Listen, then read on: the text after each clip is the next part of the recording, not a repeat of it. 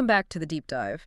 Today we're doing a bit of media archaeology, you could say. Yeah, digging back into the past. Exactly. We're looking at a specific moment back in 2013 through an article that was analyzing the extended trailer for Fast and Furious 6. Oh, that's perfect deep dive stuff. I mean, Yeah. by 2013, that franchise was already, what, 10 years old? Right. And this article, it catches it right at that pivot point. It really saw it becoming what the critic called a, quote, seemingly never-ending franchise. Yeah, seemingly is the word. So our mission today is basically to reverse engineer how that happened. How did this series keep going and actually get better after a shaky start?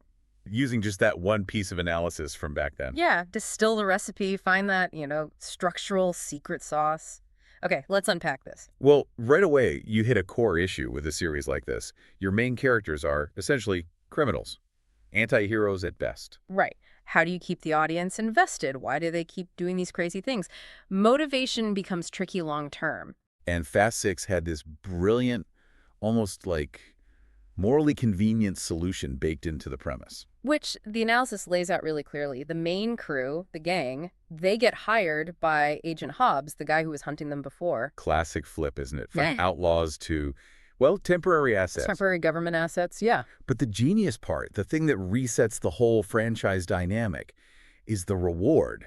It's not just money. No, definitely not just money. It's intensely personal. The prize, if they pull this off, is that their criminal records get wiped clean. Exactly. For these characters, globe-trotting fugitives, that's the ultimate stake. It means every single explosion, every chase, it's tied directly to this chance at, well, redemption. A normal life, maybe? It completely changes the game. They're not just mercenaries anymore. No, they have a real personal stake. Oh, It elevates the whole thing emotionally for the audience. Yeah. You're not just watching cool stunts, you're watching people fight for a future. And that freedom, that sort of moral clarity, then lets the movie just fully embrace what it is. Which the review nails perfectly. The job description is basically shooting, driving, and shooting while driving. Huh. Yeah, imagine the HR brief for that one. Very direct. But it shows the franchise knew its lane, right? It wasn't suddenly trying to be, I don't know, a complex spy thriller. Not at all. It was just aiming to be the absolute best version of a Fast and Furious movie. Peak car mayhem. Cheek shooting while driving. And just for context, for, anyone keeping track at home, this trailer dropped around February 2013. The movie itself was slated for May 24th in the U.S. that year.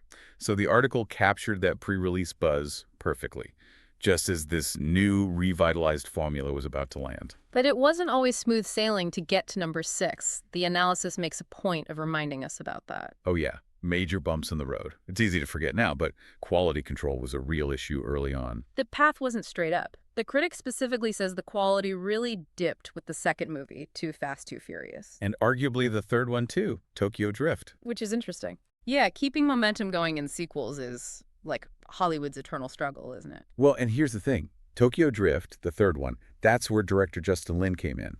The guy who ended up directing, what, 4 or 5 of them? Yeah, he became the key director. So if Lin was already there for the third film, why wasn't the turnaround instant? The analysis suggests Lin alone wasn't the silver bullet. Not initially, anyway. Right. The source gives Lin huge credit for, quote, breathed new life into numbers 4 and 5.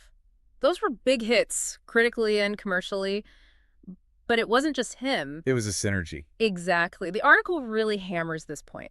The quality jump, the huge surge in popularity, it was specifically tied to the reintroduction of some of the original stars. Ah, okay. So Lin had the vision, maybe steady the ship directorially. But bringing back Vin Diesel, Paul Walker, Jordana Brewster, Michelle Rodriguez, that was the missing piece, that core chemistry. The thing audiences connected with in the first film. That's a massive takeaway for anyone managing a big IP, right? Don't stray too far from what people loved initially, especially the cast dynamic. In this case, the people were the product. If we connect this to the bigger picture, I mean, this happens all the time. A series starts flagging. What do the studios do? Pay whatever it takes to get the original stars back. Exactly. Huge gamble, financially, sometimes. But it almost always pays off emotionally with the audience. It signals, we remember why you liked this. You're selling nostalgia as much as new action, reliable character beats. Totally. So, okay, they've got Len steering the ship, the original crew's back on board, the stage is set. For the inevitable sequel playbook, yeah, the contract with the audience is now crystal clear. And the article points out what that contract demands for Fast 6, escalation. Of course. Has to be bigger. Yeah, the review puts it perfectly. Bigger stunts, more explosive action, and possibly dumber dialogue. I love that possibly dumber dialogue part. It's Yeah. like the critic gets it. We, the audience, are making a trade. We'll forgive some clunky lines if the spectacle delivers. You kind of have to suspend that part of your brain. You're not there for witty banter necessarily.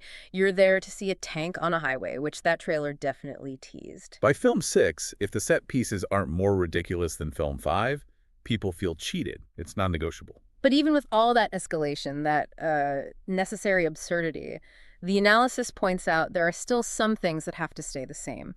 Anchors. Constance in the chaos. And the review identifies the absolute #1 non-negotiable constant in the Fast universe. Let me guess. Sleeveless shirt. Close. The presence of a buff Vin Diesel clad in white vest staring off into the distance. Huh.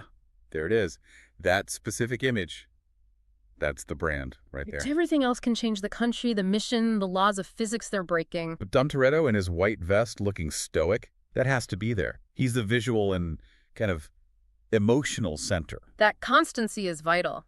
But, you know, it's easy to just dismiss this stuff as basic marketing. But the guy who wrote this analysis, he clearly understood the mechanics and the appeal. And his own background is actually pretty revealing about appreciating this stuff. Yeah, this is where it gets really interesting. The author was John McArthur, editor-in-chief at Moviescramble. Okay.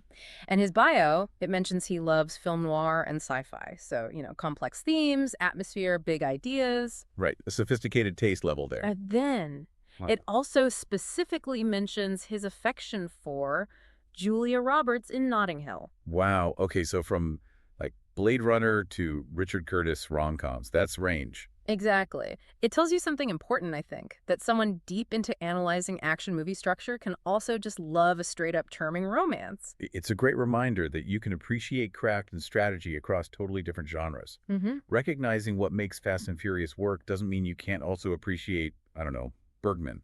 It's about understanding what a film is trying to do within its own rules and whether it succeeds. McArthur clearly could do that. Yeah, it humanizes the whole critical process. Okay. And it shows that understanding a franchise's success means seeing both the strategic moves and the emotional hooks. So what does this all mean? Well, this single 2013 article basically gives us the franchise revival playbook, doesn't it? Lay it out. Okay. Step 1. Acknowledge the quality dip. Bring in a director like Lin who can stabilize things and has a vision. Step 2. Crucial step. Get the original cast back. Tap into that core nostalgia. Step 3. Escalate everything. Stunts, action, but keep that one key visual constant, like the white-vested Vin Diesel. And underpinning all that, the real engine driving it, especially for films 4, 5, and 6, was that redemption arc. Right, the clean slate motivation we talked about. That's the deepest layer. The characters are always fighting for the right to finally stop fighting, to clear their names. It gives the insane action real personal stakes. It's a brilliant mechanism for creating perpetual high stakes. Yeah. Every mission matters on a fundamental level to them. It is. Which leaves us with maybe a final thought for you, the listener, to chew on. If this franchise, and maybe others like it, hinges on this constant cycle of needing redemption, of raising the stakes just to get back to zero. Can it truly be never-ending, like the critics suggested? Yeah. If the whole point is reaching absolution, does the need for more sequels, bigger threats, constantly clearing records again and again, does that eventually undermine the very idea of redemption? Can the goalposts keep moving forever? Or does a story built on achieving a clean slate ultimately require, an end, something definitive? Something to think about next time you see a franchise promise yet another world-saving mission for characters who were supposed to be retired 5 movies ago. Definitely food for thought. Thanks for diving deep with us today.